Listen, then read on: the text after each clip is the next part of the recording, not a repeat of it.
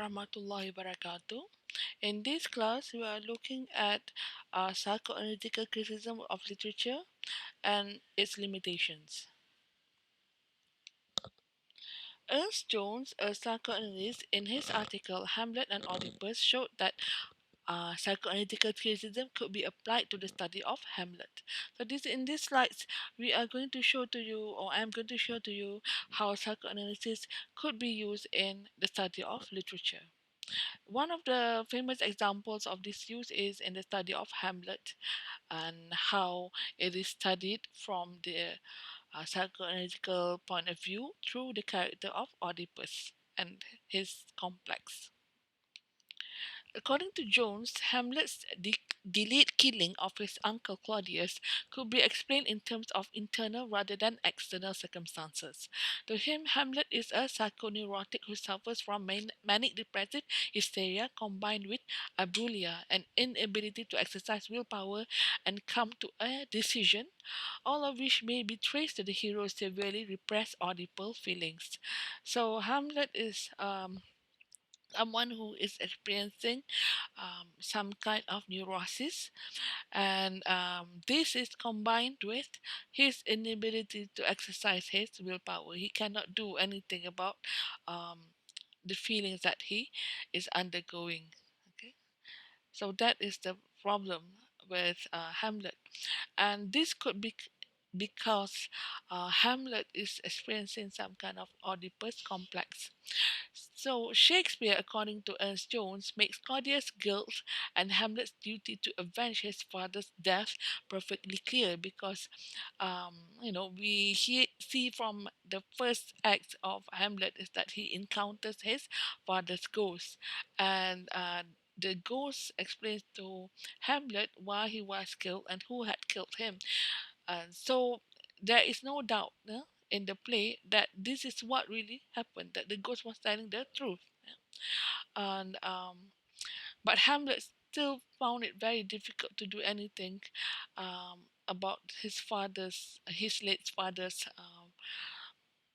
issue or problem, because he is unable to kill his uncle. The fact is, however, that Hamlet does not fulfill this duty until absolutely forced to do so by physical circumstances, and even then, after his mother Gertrude is dead. So he feels that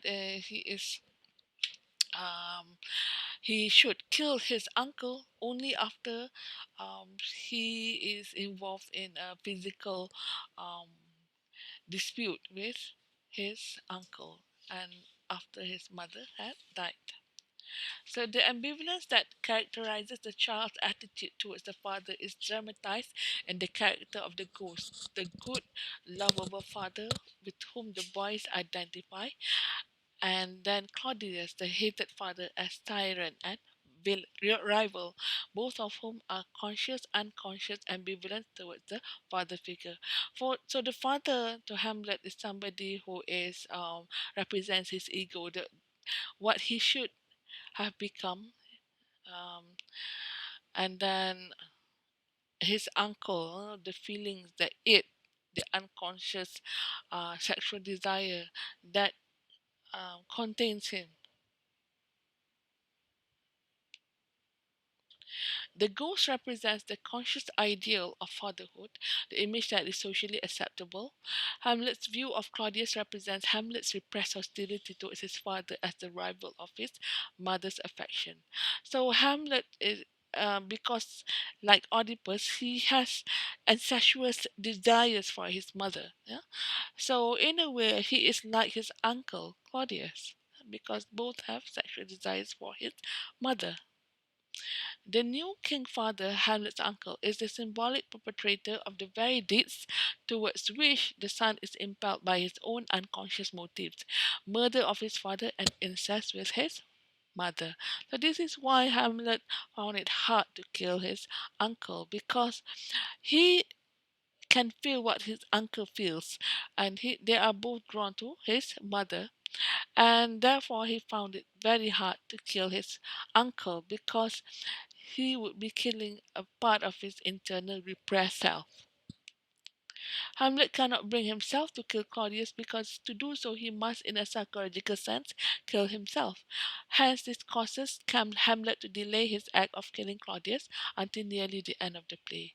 So, this is from Ernest Jones' Hamlet and Oedipus, an essay that was published in 1949. So, another example is in the story of Frankenstein, the monster. And Frankenstein here is not actually the name of the monster. The monster has no name. Yeah? And Frankenstein comes from the name of his creator. But in today's world, we usually call this monster Frankenstein. Mary Shelley's novel Frankenstein is another work that can be read from the psychoanalytical perspective. According to Freud, all forms of rebellion are essentially rebellions against the restrictions of the patriarchal authority. So, to be released from the control of the father must die either symbolically or literally.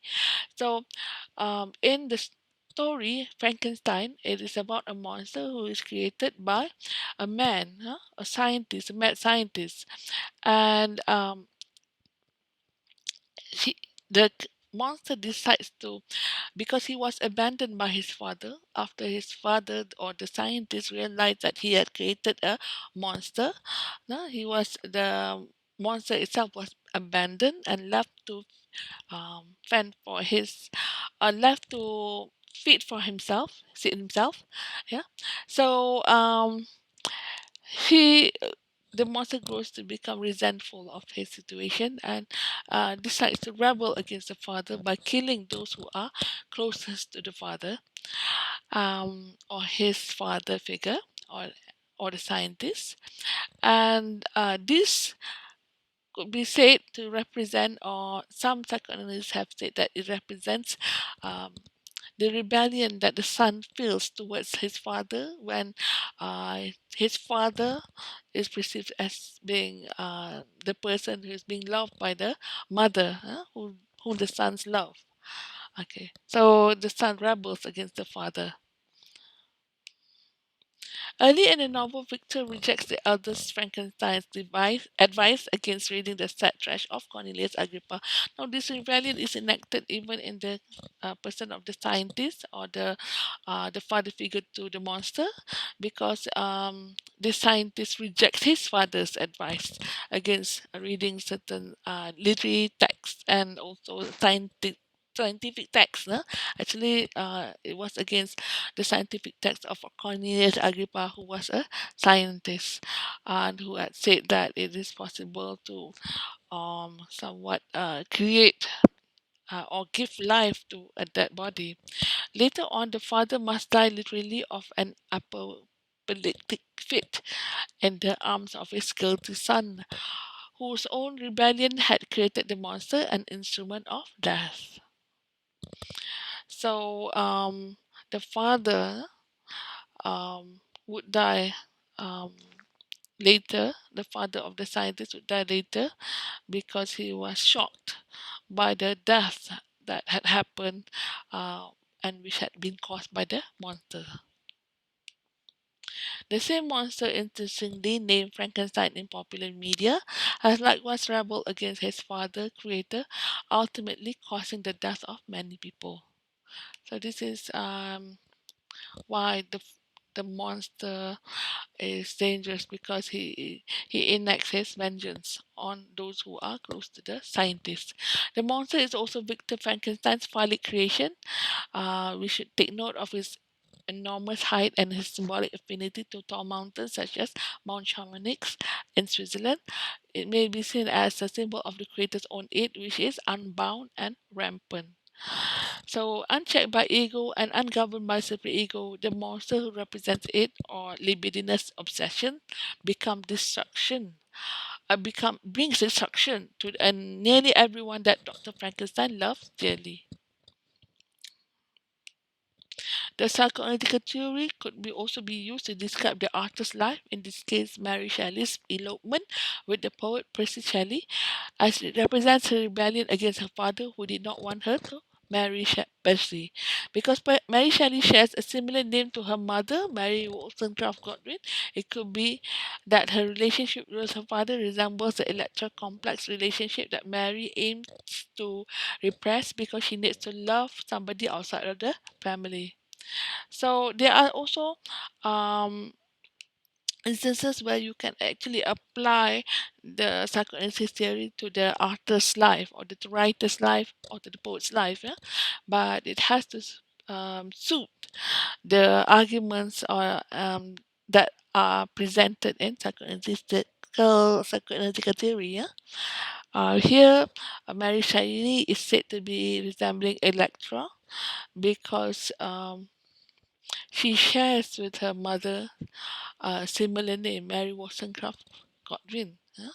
And it could be that she was uh, attracted to her father, as argued in the Electra complex, but she must repress this attraction to marry somebody outside of their family. So there are, like any other literary theories, there are limitations to psychoanalytical criticism and approach. And the first limitation is that psychoanalysis is based on a myth. It is a myth because Oedipus Rex and Electra are both fictional characters and not real people. So hence it's not scientific but could never be proven to be wrong because it relies on the concept of the unconscious. So both theories are based on what fictional characters did. So it is not based on reality. And however, we cannot say that the theories are fictional because they are supposedly for example, they are supposedly telling you something that had happened, that is happening, and not just had happened, but is happening inside your unconscious. So something that you are not aware of. Hence, you cannot really say that it doesn't exist. So another limitation is that it could be a student of literary could use this theory to and apply it to any text. Now, this does not really work for any text.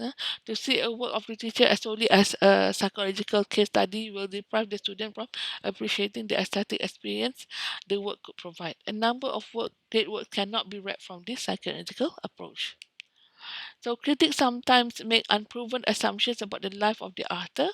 So often psychological criticisms posits facts about an author's life that cannot be verified by any evidence other than that which the theory seems to require. Once someone wrote that Lewis Carroll, the author of Alice in the Wonderland, saw a gardener in a state of sexual excitement. So how can the author know that Lewis Carroll actually saw the gardener in a state of sexual excitement? So this is quite an unproven um, argument or assumption. So that is the end of today's class on how psychoanalysis could be applied in the study of literature.